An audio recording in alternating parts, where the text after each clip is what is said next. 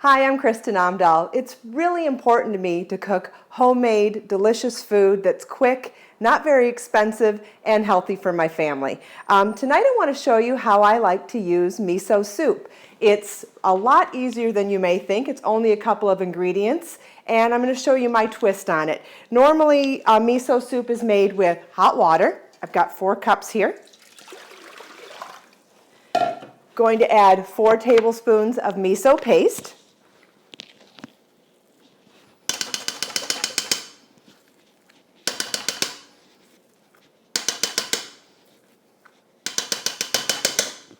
And I'm going to add a teaspoon of dashi powder. Now this is the part that's still more or less the traditional recipe. So I'm going to mix that together. It mixes a lot quicker when the water is already heated.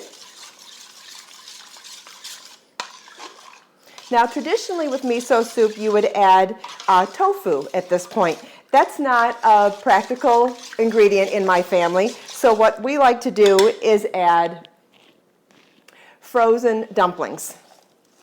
They're called pot stickers or dumplings. You can buy them in the frozen food section. And what I'm going to do is bring this to a slow simmer on the stove. And while it simmers away, the dumplings will kind of steam in the broth. I'm going to add 2 chopped up green onions and the juice of 2 small lemons. And I'll just put my hand underneath it so that I catch all the seeds. Now while I'm simmering this on the stove, I will tell you that I have the oven preheated to 350 degrees, and I've put in some frozen salmon fillets, and I put them in already frozen. I don't thaw them first, with a little bit of teriyaki sauce over the top of them.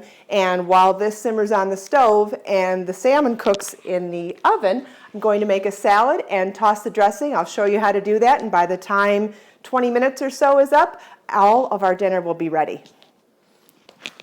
Salad in my house is really, really easy.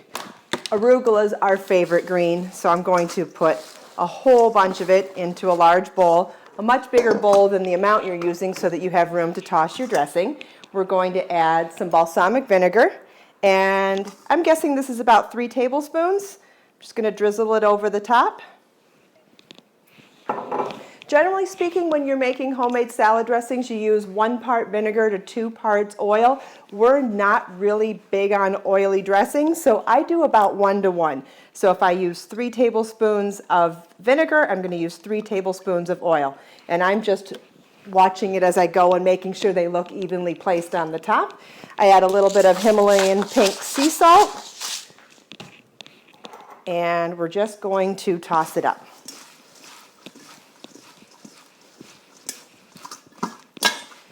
Cheese is a hit in my house. Let me just rinse my hands real quick.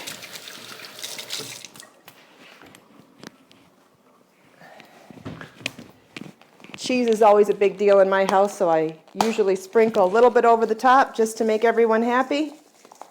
And there we go. Salad is ready to go. I'm going to check on the salmon and the dumplings in the miso soup, and we're just about ready to plate. Our salmon started with 15 minutes in a 350-degree baking oven from frozen with a little bit of teriyaki sauce over the top. I then switched it to broil for the last 5 minutes, and you'll see that they're nice and golden brown on top and thoroughly cooked through the center.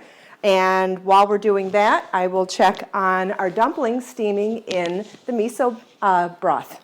I'm going to give the dumplings 1 more minute while I plate the salmon and the salad. We're going to start with a pile of our arugula salad, and we'll add a fillet of salmon over the top of that. So there's 1/2 of the dinner complete.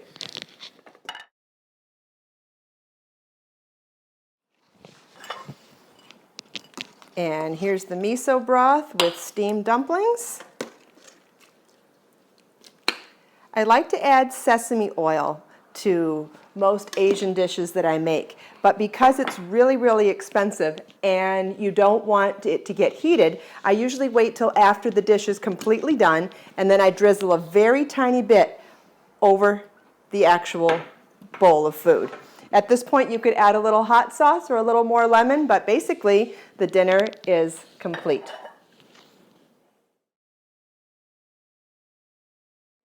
So that's what my family and I are eating for dinner tonight. The whole meal took about 20 minutes to make, and if you follow the link to my blog, you can find all the ingredients, the amounts, the recipe, and links for purchasing some of the specialty ingredients.